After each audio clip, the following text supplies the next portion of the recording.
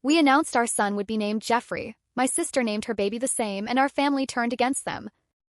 When we found out we were having a boy, Mark and I treated it like one of those quiet private victories you only tell a few people at first.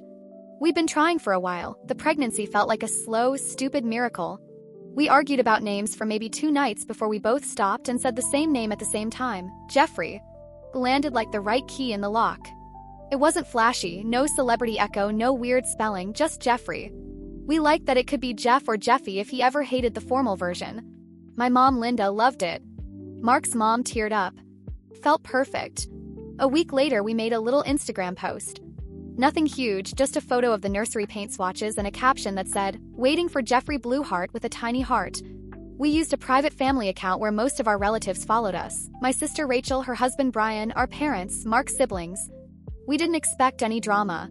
It was one of those small, domesticated joys, pottery class meets baby registry vibes. People liked the post, left the kind of comments you expect. Congrats, can't wait, send pictures. I remember Rachel liking the post almost immediately and leaving a heart emoji. I thought nothing of it. She's always been supportive, it's her thing. But there was a tiny text from Mark later. He said, "Keep the name in mind, it's ours." I laughed it off. I didn't imagine that a name, one syllable, could become the kindling that would burn through our family. We went on with things. Doctor appointments, where to put the changing table, whether to teach him Spanish or not. The world felt small and good. For a few weeks, that was our private island. It's funny how fragile those islands are. You don't notice the ship until it's already closer than you thought. A month later, Rachel announced she was pregnant. She and Brian did the cute reveal, balloons, confetti, but they'd known for longer. We were genuinely happy. Rachel had always wanted kids, and they'd been trying for a while in their own way. I remember being delighted in that breathless, selfish way you feel when your sister's joy doubles your own. We traded advice like old veterans. What worked for morning sickness, which pediatrician to consider. Felt briefly like a team expansion. Then came the line about timing. "We're due a month before you guys," Rachel said casually over coffee when Mark and I dropped by to compare registry notes. I remember thinking, that's funny, but okay. People have different cycles. That night at home, Mark and I exchanged a look. Part competitive, partly nervous, but again we shrugged it off. 2 babies in a family at once is exhausting and wonderful. We tried to be practical. What I didn't expect was Rachel's next move. 2 days after our Instagram post, she texted me, "Love the name. Jeffrey is so classic." I sent back a smiling emoji and said, "Glad you like it." Felt like a harmless compliment. I assumed it was that, a compliment, not a claim.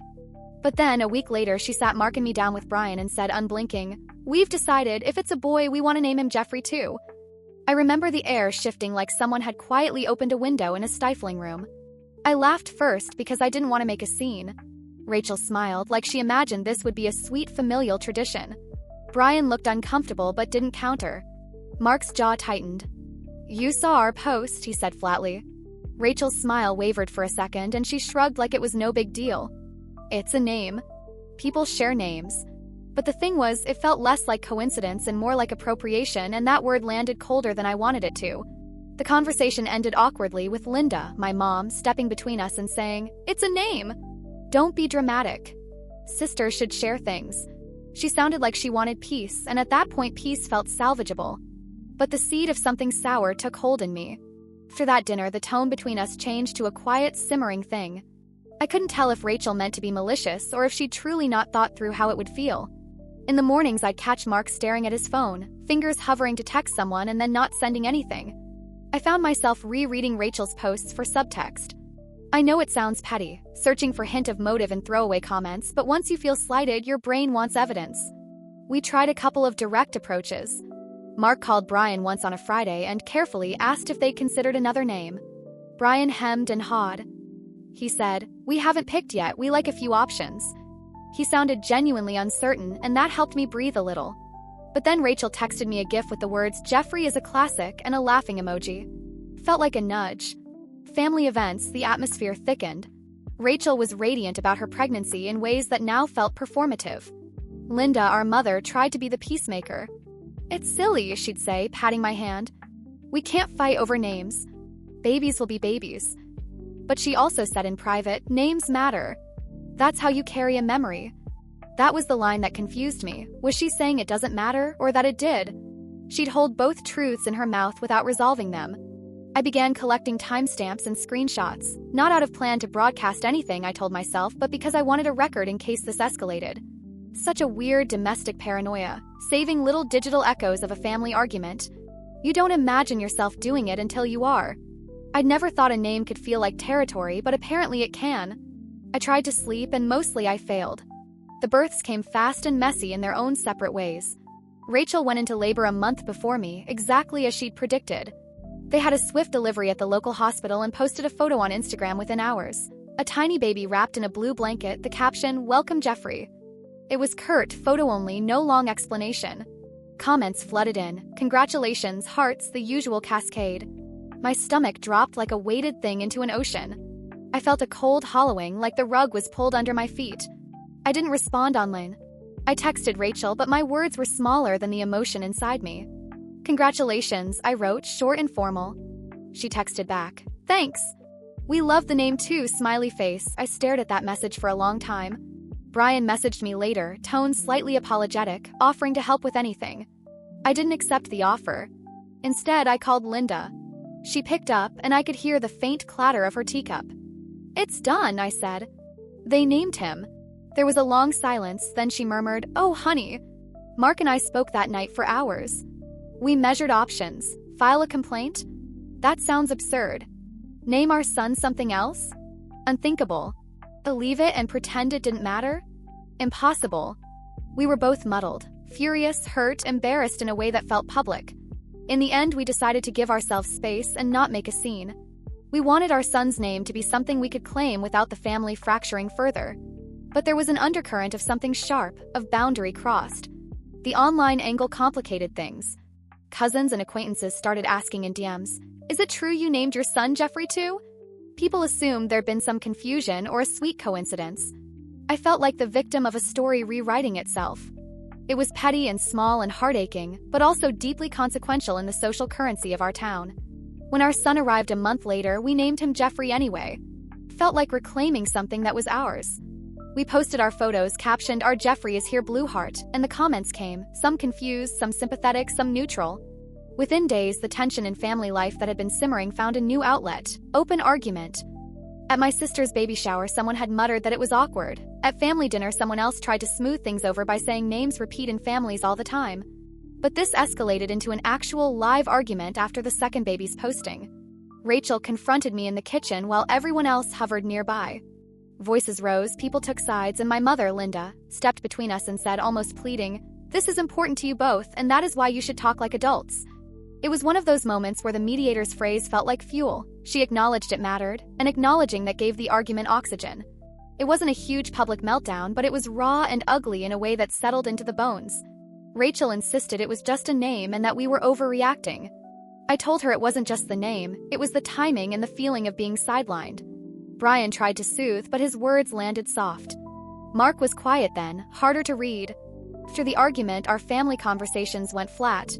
Group texts turned into one-line checks, how's the baby, but nothing else. The small rituals that bind families loosened. That night, I lay awake thinking about what to do next. Part of me wanted to call out the choice publicly, to make sure her action didn't sit unexamined in the family history. The other part warned me, public fights over small things become the thing people remember. I wanted justice without spectacle, which, as it turns out, is a tricky, almost impossible thing to get. We tried quiet diplomacy first. I met Rachel for coffee once, thinking maybe we'd salvage this. She picked at a muffin and said defensively that she'd always loved the name and it felt right for her son. I told her honestly how it felt like a theft to me. We'd chosen the name together in a private, intimate way and then posted it, and she'd used that post as justification. She looked at me like I was making a mountain out of something trivial. That look, it's what stung the most. Rumors started to spread in a way I didn't expect. A cousin asked my mother if there was bad blood, and seemed disappointed to learn we were arguing. Someone on Mark's side started unfollowing Rachel on social apps. Small withdrawals happened like a tide. A missed birthday invite, a babysitting favor declined. Linda, who had initially tried to soothe, found herself mediating while also playing the role of moral anchor.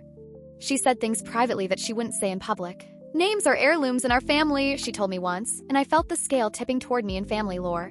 Still, there was a part of me that didn't want to be the aggressor. I wanted respect and recognition rather than blood on the table. I didn't want a scorched earth finale. That is why I planned carefully what happened next. I didn't want vitriol, I wanted acknowledgement. A confession that what had been done was not kind. I wanted the family to understand the principle, not just the petty discomfort. So I waited for an occasion where everyone would be present, the baby's christening.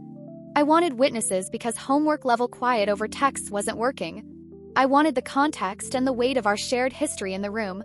The christening invitation felt deceptively ordinary. Stained glass chapel, floral arrangements, after-party in my cousin's reception hall. It was the sort of thing our family does, tradition mixing with small-town ritual. Rachel and Brian's son, Jeffrey, was to be christened. I'd thought long about whether to go.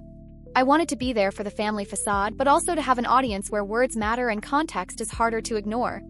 On the morning of the christening, I woke with a strange mix of nerves and resolve.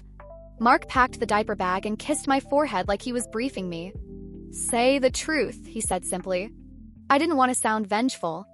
I wanted to sound like a woman whose private thing, her son's name, had been taken in a way that disrespected an intimacy between sisters. I rehearsed the lines over coffee. Calm, factual, no screaming, no public shaming, just the timeline, the evidence, the hurt. Felt performative to rehearse grief or indignation, but I wanted to avoid hysteria. I wanted the story to be clear. We entered the chapel and watched the infant ceremony. Babies cried and people cooed, and there was a false softness to the air. During the reception, Linda made small talk and arranged seating like she'd always done. There was a lull after the toasts when guests leaned back with water glasses. I saw an opening, a circle forming, aunties clustered with purses, cousins with their phones on table. I stood up, the room quieting by habit when someone does the speech thing. I walked to the center and felt the floor steady under my feet in a way that made me curiously calm. I cleared my throat. "I want to say something," I began. It was a soft, ordinary start, but everyone turned. You could see the slight recognition of the fact that a speech was about to make the room more real, more confessing. I'd rehearsed the facts, the dates, the posts. I'd brought the receipts, a discreet folder with screenshots, timestamps, and DMs. I didn't want drama. I wanted the house of cards to be visible. I told the room exactly what had happened, with no theatrical flourish. "We posted the name first," I said, "on our family account. Private post with a small caption. Rachel liked it and later told me she loved the name. Then, after seeing our announcement, they announced the same name for their baby. They posted first because their baby was born earlier, and now both babies are called Jeffrey. I showed timestamps, Instagram likes, the post dates, the texts. I said it calmly, like a clerk reading minutes from a meeting. The initial reaction was stunned silence, that slow drop in the collective chest when a small, private thing becomes public. Linda's face was a study, hurt, embarrassed, then a quick flip to mediation instinct. Someone whispered, "Oh." Cousins checked their phones, scanning the folder as if the receipts were a new kind of gospel. Rachel's mouth opened and closed. For a second, she looked like a child caught stealing cookies. Rachel tried to speak, to say it was a coincidence, to say she'd always loved the name, that it had family significance. Brian mumbled something about not meaning harm. But the proof, the screenshots, the timeline, had weight. People don't like being gaslit in front of their relatives. There was an ugly little sound, the scrape of a chair as someone stood up to leave. Our Aunt Sharon, who has a knack for bluntness, said, "That is a rotten thing to do to your own sister." She didn't raise her voice, but the word rotten landed. I didn't gloat. I told the story and then I sat down. My hands were shaking a little. The room felt colder. That was when family dynamics started to rearrange. People who had been neutral found it harder to stay neutral. What shocked me most wasn't just that the truth came out, it was how quickly social currency shifted in the small rituals that follow. Who was invited to birthday dinners, who was asked to babysit, who was quietly unfollowed. The fallout was merciless and, to be honest, swift. In the days after my speech, text threads that used to be lively went quiet. Invitations were no longer extended to Rachel and Brian. My cousin Jamie, who had been close to both of us, sent a message saying she didn't want to be in the middle of sibling drama. That was the first formal withdrawal. At family gatherings, seats that were once shared now left empty spaces by design. Rachel called me that night, voice thin and raw. She pleaded with me, asked me to take it back, to at least allow for private reconciliation. I told her I had given private chances. I had sat with her, I'd tried to handle it without spectacle. She accused me of public shaming. I felt the sting of that. But I also felt a strange steadiness. If she'd wanted to preserve the relationship, she could have asked to talk. She didn't.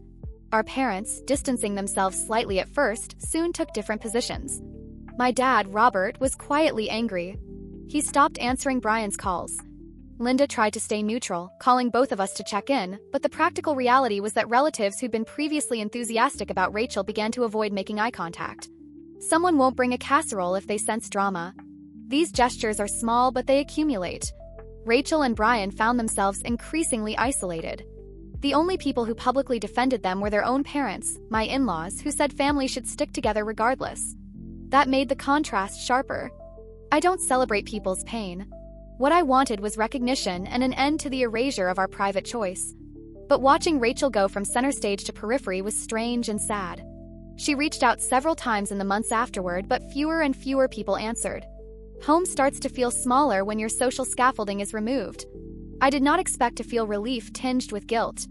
There were small victories. People apologized to us, friends checked in, and Mark's mom sent a hand-knit blanket for our Jeff. But there were collateral costs. Rachel and Brian's life shifted. Jobs got awkward, mutual friends took sides, and their relationship strained under the social pressure. I saw them at a holiday once, perched together like a small island. There were rumors about fights and silent dinners. I found myself thinking about the children, both babies named Jeffrey, who had no say in any of this. At home, life normalized in a way that felt a bit fragile. I worried about how our son would experience family stories years later. Would Jeffrey ask, why was Auntie Rachel so distant? How would Mark explain that two babies had the same name and that his decision to keep it meant family falls apart? We decided not to make our son carry anyone's moral scoreboard. We wanted him to be a child, not a symbol. Occasionally, I'd run into Rachel quietly around town. We'd nod. That was all. She looked thinner, more careful. Sometimes her eyes would find mine and then dart away. I didn't know if what we'd done, making the truth visible, was a moral correction or a social punishment. In moments alone, I'd replay the choices and wonder if a less public path might have worked. But then I'd remember the dinner table where she'd announced the name like a casual inheritance, and I'd steady myself. Boundaries matter. Names matter. Family promises matter. I kept those mantras like small talismans. A year on, some things had softened and others hadn't. A few relatives came back into the fold in small ways, texts about birthdays, neutral holiday messages, but others remained distant. Rachel and Brian moved a few towns over, partly to get space and partly because staying felt like an exercise in humiliation. Their parents remained their steadfast support. I know my decision to speak publicly contributed to their social exile, and I carry the weight of that. But I also see how boundaries protect people. Our family learned, I think, to be more explicit about traditions and choices. Linda and Robert started a small ritual. When a family member announces a baby name, they keep a note and ask others to respect it for a reasonable period. That policy feels silly and bureaucratic, but it has prevented a repeat. The story people tell now, when it comes up at gatherings, is usually framed as a cautionary tale about assumption and respect. Sometimes I am called brave for speaking up. Other times I'm called harsh. Both things are true. At home, Jeffrey is 2 now in a pocket of chaos and laughter. He has no idea of the social calculus that played out over his name. He calls out for Auntie R sometimes, and we explain in silly ways that some people need time. Mark and I try to model dignity and openness. I volunteer with a local parent support group, partly to meet new friends and partly to remind myself that people can rebuild connections more humanely than social media allows. Date. 2 years later, the landscape shifted in quiet, unexpected ways. Rachel sent a message, short with the simplest words, "I'm sorry." It wasn't a big public apology, just a text that landed heavy in my phone. She said she'd been seeing a therapist, that having 2 babies named the same had consequences she hadn't considered, and that the social withdrawal had been a brutal wake-up call. I read the message at the kitchen table with the baby's cereal spilling across the placemat and felt a complex mix: vindication, pity, exhaustion. Her apology didn't reinstate invitations or erase the months of distance. It started small. She began sending photos of her son to the family group chat again. No long captions, no gleeful boasting, just a picture and a heart emoji. Some relatives responded, others stayed mute.